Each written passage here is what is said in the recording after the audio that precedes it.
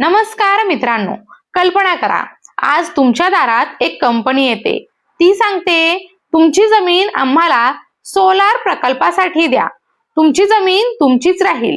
दरवर्षी लाखो रुपये भाडं मिळेल. काहीच नुकसान नाही. आणि हे ऐकून अनेक शेतकरी आनंदाने करारपत्रावर सही करतात. पण मित्रांनो, एक प्रश्न स्वतःला विचारा. जर हा व्यवहार इतकाच फायदेशीर असेल तर करारपत्रातील 20 ते 25 पानं एवढी मोठी का असतात? आणि अनेक शेतकरी करार केल्यानंतरच वकिलांकडे का धाव घेतात? आजचा हा व्हिडिओ कोणत्याही कंपनी विरोधात नाही, सोलार ऊर्जेविरोधात देखील नाही, पण कोणतीही सही करण्यापूर्वी प्रत्येक शेतकऱ्याला काय माहिती असावी याबद्दल आहे.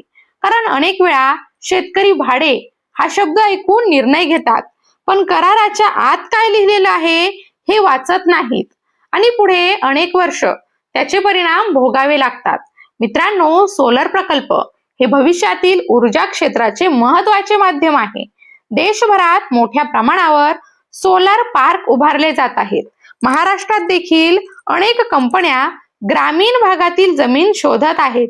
अनेक शेतकऱ्यांना आकर्षक ऑफर दिल्या जात आहेत.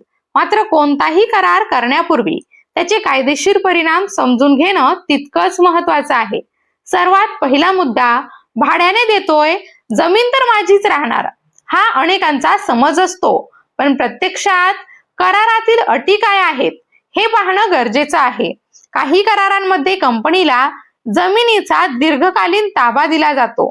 अशा वेळी जमीन तुमच्या नावावर असली तरी तिचा वापर करण्याचा अधिकार हा मोठ्या प्रमाणावर कंपनीकडे जातो. मग त्या जमिनीवर तुम्ही शेती करू शकत नाही, नवीन बांधकाम करू शकत नाही किंवा इतर उपयोग देखील मर्यादित होऊ शकतो. म्हणून मालकी आणि वापराचा अधिकार यातील फरक समजून घेणं अत्यंत आवश्यक ठरणार आहे. मित्रांनो, दुसरा महत्त्वाचा मुद्दा म्हणजे कराराचा कालावधी. सामान्यतः अनेक सोलार करार 20, 25 किंवा 30 वर्षांसाठी असू शकतात. काही वेळा त्यामध्ये मुदतवाढीची तरतूद देखील असते. म्हणजे ठराविक कालावधीनंतर करार पुढे वाढवण्याची संधी दिलेली असू शकते. यामुळे शेतकऱ्यांनी करारातील प्रत्येक कलम नीट वाचले पाहिजे. कारण एकदा सही केल्यानंतर मला माहिती नव्हतं हा युक्तिवाद अनेकदा उपयोगी पडतच नाही. मित्रांनो, तिसरा महत्त्वाचा मुद्दा म्हणजे 7/12 उतारा. सोलर प्रकल्पासाठी केलेल्या व्यवहाराचा महसूल नोंदीवर काय परिणाम होणार? कोणता शेरा लागणार? भविष्यात जमीन विकताना अडचण येणार का? बँकेचे कर्ज मिळेल का? या सर्व बाबी आधीच समजून घेणं आवश्यक आहे. अनेक शेतकरी फक्त भाड्याच्या रकमेवर लक्ष केंद्रित करतात, पण महसूल नोंदीमध्ये झालेला बदल पुढे मोठा विषय ठरू शकतो. मित्रांनो, आता एक महत्त्वाचा प्रश्न, जर भविष्यात मुलांच्या शिक्षणासाठी, लग्नासाठी किंवा वैद्यकीय कारणासाठी जमीन विकायची गरज पडली तर करारामध्ये त्याबाबत काय तरतूद आहे? करार संपवण्याचा मार्ग आहे का?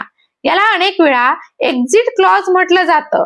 जर करारातून बाहेर पडण्याची स्पष्ट प्रक्रिया नसेल तर भविष्यात अडचणी निर्माण होऊ शकतात.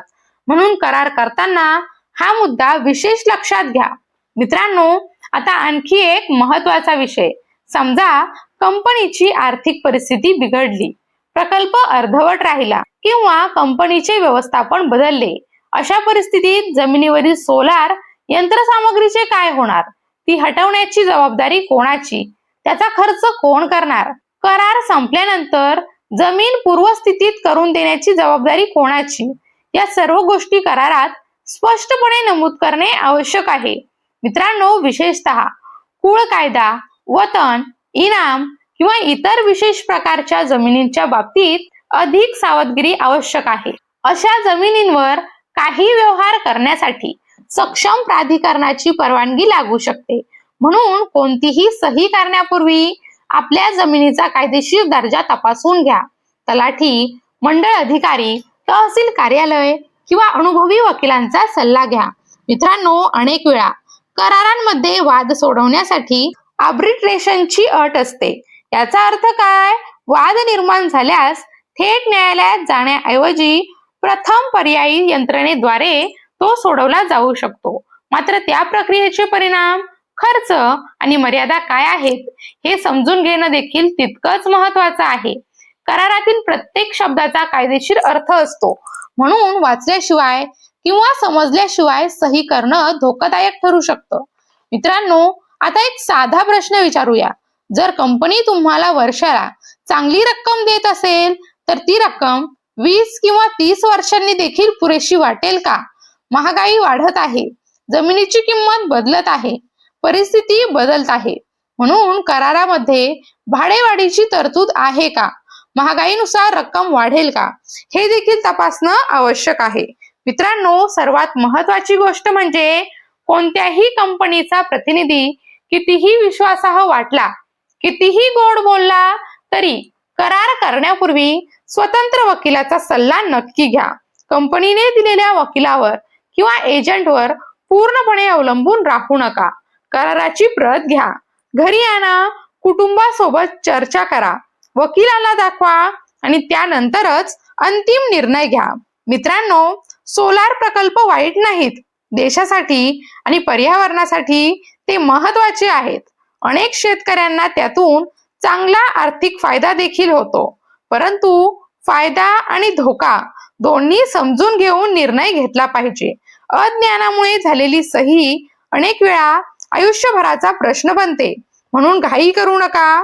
प्रत्येक कलम वाचा, प्रत्येक अट समजून घ्या आणि मगच निर्णय घ्या. व्हिडिओ आवडला असेल तर लाईक करा. इतर शेतकरी बांधवांपर्यंत ही माहिती नक्की पोहोचवा, कारण कदाचित तुमचा एक शेअर एखाद्या शेतकऱ्याला चुकीचा निर्णय घेण्यापासून वाचवू शकतो. अशाच शेती, जमीन, सातबारा, कायदे आणि शासकीय योजनांशी संबंधित महत्वाच्या माहितीसाठी खबर लाईट युट्यूब चॅनलला नक्की सबस्क्राईब करा. पुन्हा भेटूया पुढील एका नवीन महत्वाच्या विषयासह. तोपर्यंत काळजी घ्या. धन्यवाद.